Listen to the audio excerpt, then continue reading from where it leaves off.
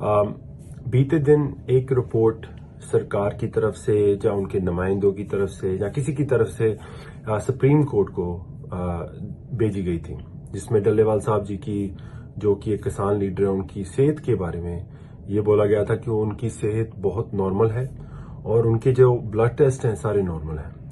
मुझे लग रहा है कि इसमें कहीं ना कहीं कुछ गलत है, कुछ बातें छिपाई जा रही हैं। उसमें कोई पॉलिटिकल रीजन हो सकता है, मुझे नहीं मालूम। लेकिन मैं डॉक्टर सुलेमान सिंह और हमारी 5 रिवर्स हार्ट एसोसिएशन डल्लेवाल साहब जी का पिछले काफी समय से उनको देख रही है, और जब से वो अनशन में बैठे हैं तब से तो उनके ऊपर एक पूरी 50 मेंबर डॉक्टर्स की पैनल है, टीम है, जो टाइम पर टाइम उनको देखती है, उनको फॉलो कर रही है, जिनमें से lung specialist, liver specialist, heart specialist, kidney specialist, ऊपर से MBBS और MD डॉक्टर्स हैं। और जो हमारी जांच है, वो जो हम रेगुलर उनके फिजिकल एग्जाम करते हैं, ब्लड वर्क करते हैं, वो कह रहे हैं कि उनकी सेहत बहुत खतरे में है। कभी भी उनको कार्डियक अरेस्ट हो सकती है, कभी भी उनको मल्टी ऑर्गन जो डिसफंक्शन हो सकता है और उनकी डेथ हो सकती है। इसलिए हमने बार बार ये बात बोल रहे हैं कि हमको उनकी सेहत की चिंता है और सरकार को उनकी सेहत को लाइटली नहीं लेना चाहिए। और हम तो डल्लेवाल साहब जी को भी बोलते हैं कि आप क्या तरीका हम ढूंढ सकते हैं कि ये आप अपना अनशन तोड़ दीजिए, लेकिन वो बात बात यही कहते हैं कि सरकार मेरी बात मान ले, तो किसानों की बात मान ले और हम ये तोड़ देंगे, इससे अलावा कोई और रास्ता नहीं है। अगर मैं लैब्स की बात करूं, जो हम तो काफी बड़ा पैनल टेस्ट करते हैं कि ऐसी चीजें हैं जो सरकार नहीं भी टेस्ट करती, जैसे कि बेटा हाइड्रोक्सी ब्यूट्रेट, वो हम ब्लड में करते हैं।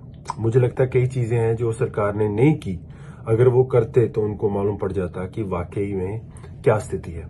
बेटा हाइड्रोक्सी ब्यूट्रेट काफी अप था, उनका कीटोन लेवल्स काफी अप था, जिससे मालूम पड़ता है कि वो अपने इंटरनल स्टोर्स यूज कर रहे हैं। उनके लिवर फंक्शन टेस्ट काफी अनस्टेबल आ रहे हैं, बिलीरुबिन ऊपर आ रही है।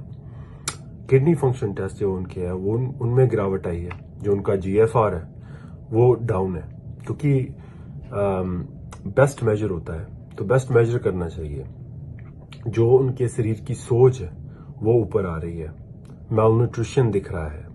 फिर ऊपर से जो फिजिकल एग्जाम है, उनके जो वाइटल्स हैं वो काफी अनस्टेबल रहते हैं। उनको कॉमनली आप देखोगे कि ऑर्थोस्टैटिक हाइपोटेंशन की प्रॉब्लम रहती है, क्योंकि उनके शरीर में जो प्रोटीन स्टोर्स हैं वो गिर गए हैं, जो वाटर की जो वॉल्यूम है वो गिर चुकी है। तो जब भी वो आप उठते हैं वो तभी उनको जो चक्कर आते हैं। बहुत बारी हमने ये चीज फेस की है। वेजोवेगल सिंक भी उनको काफी बारी हुई है। सो ये चीजें यही बताती है जो आदमी है वो काफी अनस्टेबल है।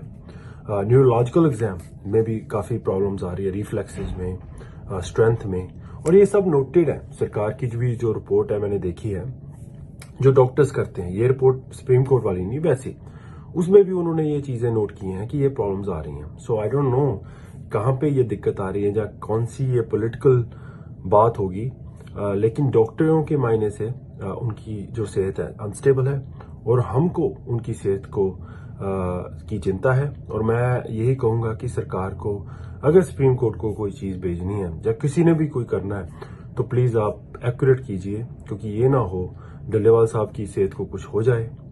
और मैं कहूंगा उसके रिस्पॉन्सिबल फिर वही लोग होंगे जिन्होंने उनकी सेहत के ऊपर पॉलिटिक्स की या उनकी सेहत को लाइटली लिया।